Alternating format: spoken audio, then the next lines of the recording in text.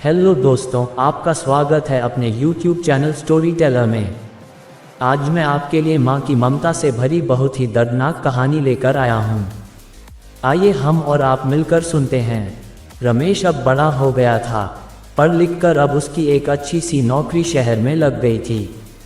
कुछ दिनों के बाद उसके माँ बाप ने उसकी शादी एक सुंदर और सुशील लड़की से करा दिया, जो कि वह भी नौकरी करती थी।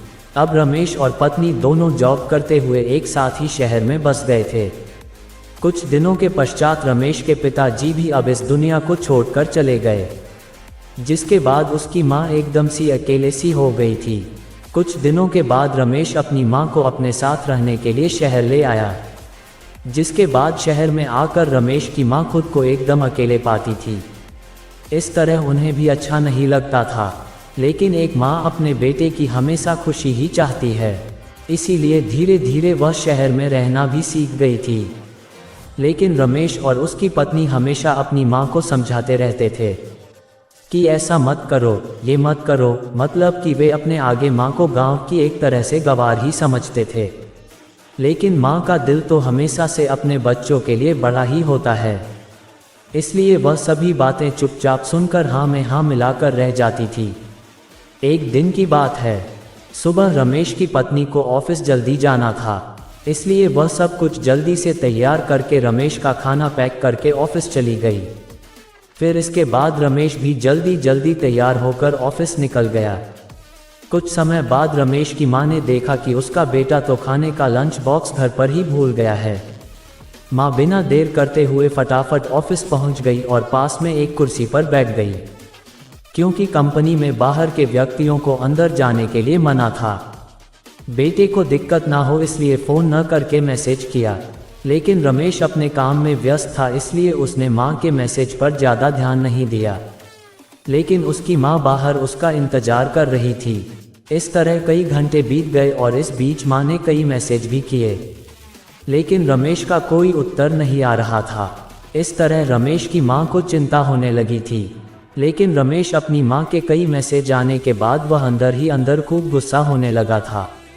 आज तो उसने तय कर लिया था कि घर जाकर माँ को खूब अच्छे तरह से समझा दूंगा कि यह उसका गांव नहीं है, जो कुछ भी मनमानी करती रहेगी। इस तरह शाम हो गई। अब रमेश घर जाने के लिए कंपनी के बाहर निकला तो उसने देखा कि उसकी माँ तो यहीं खड़ी है, जिसे देखकर उसका गुस्सा अब 7वें आसमान पर था और बिना कुछ पूछे ही वह अपनी माँ को डांटने और फटकारने लगा। पहले तो घर में खाली बैठे बैठे मैसेज से परेशान करती रहती है और अब तो उसके कंपनी में भी आ गई है। आखिर उनका यह गांव नहीं है जो मनमानी करती रहेगी। यह सुनकर रमेश की माँ ने खाने का टिफ़िन रमेश की ओर आगे बढ़ा दिया, जिसे देखकर रमेश को अब समझते हुए देर ना लगी कि वह अपना खाना भूल गया था, जिसे माँ उसे देने के लिए यहाँ आई थी। इसके बाद रमेश की माँ बोली, बेटा भले ही तुम बड़े हो गए हो, बड़े शहर में रहने लगे हो, भले ही अच्छे बुरे की ज़्यादा समझ आ गई हो, लेकिन मेरे लिए आज भी मेरे कलेजे का टुकड़ा ही हो, जिसे मैं बचपन से लेकर आज तक पालते हुए आ रही हूँ। रमेश की अब आंखें खुल चुकी थी। आखिर उसकी माँ उसकी परवाह करते हुए खाना लेकर आई थी, जिसे वह बिना सोचे समझे अपनी माँ को ही डांटे जा रहा था। अब उसे अपने किए हुए पर बहुत पछतावा हो रहा था, जिसे देखकर माँ ने उसे एक बार फिर से अपने गले लगा लिया। इस तरह रमेश ने अब आगे से खुद को माँ के लिए बदल लिया था।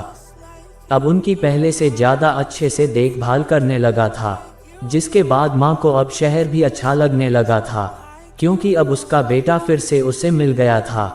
इस कहानी से यही शिक्षा मिलती है कि एक तरफ जहां हम पढ़ लिख कर खुद को ज़्यादा ही समझदार समझने लगते हैं, जिससे जाने अनजाने में माता पिता के बातों को गलत साबित करने में लग जाते हैं, लेकिन हम सभी यह भूल जाते हैं कि जिस माँ बाप ने अपने बच्चों को खुशियों के लिए अपनी खुशियों तक का त्याग कर दिए हो, वो भला माँ बाप अपने बच्चों का कैसे बुरा कर सकते हैं।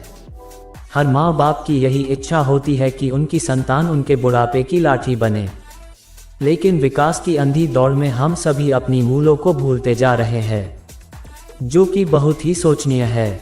अगर हमारे माँ बाप हमें पाल सकते हैं तो हम उन्हें बुढ़ापे में क्यों नहीं पाल सकते हैं। यही तो हर माँ बाप की इच्छा होती है। आप सभी अपने माँ बाप के उम्मीदों पर जरूर खरे उतरे। दोस्तों, कहानी पसंद आई हो तो चैनल को सब्सक्राइब करें, वीडियो को लाइक करें और घंटे की बटन दबाना ना भूलें। तो चलिए मिलते हैं एक और खूबसूरत कहानी के साथ, तब तक के लिए जय हिंद।